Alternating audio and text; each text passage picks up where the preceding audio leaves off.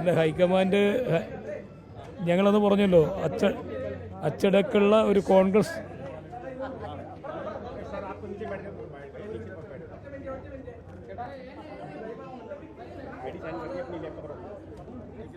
അച്ചടക്കമുള്ള ഒരു കോൺഗ്രസ് പ്രവർത്തകൻ എന്ന നിലയ്ക്ക് ഹൈക്കമാൻഡിൻ്റെ അഭിപ്രായം, തീരുമാനങ്ങൾ കേൾക്കാൻ കാത്തിരിക്കുക.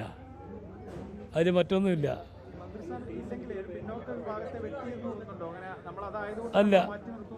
അല്ല അതൊന്നുമില്ല. ഹൈക്കമാൻഡ് വളരെ മുഖവിലയ്ക്ക് എടുക്കും. ചർച്ച നടന്നുകൊണ്ടിരിക്കുകയാണ്. യാഥാർത്ഥ്യത്തിനുള്ള പ്രതീക്ഷ തന്നെയാണുള്ളത്. അതെ, പിന്നെ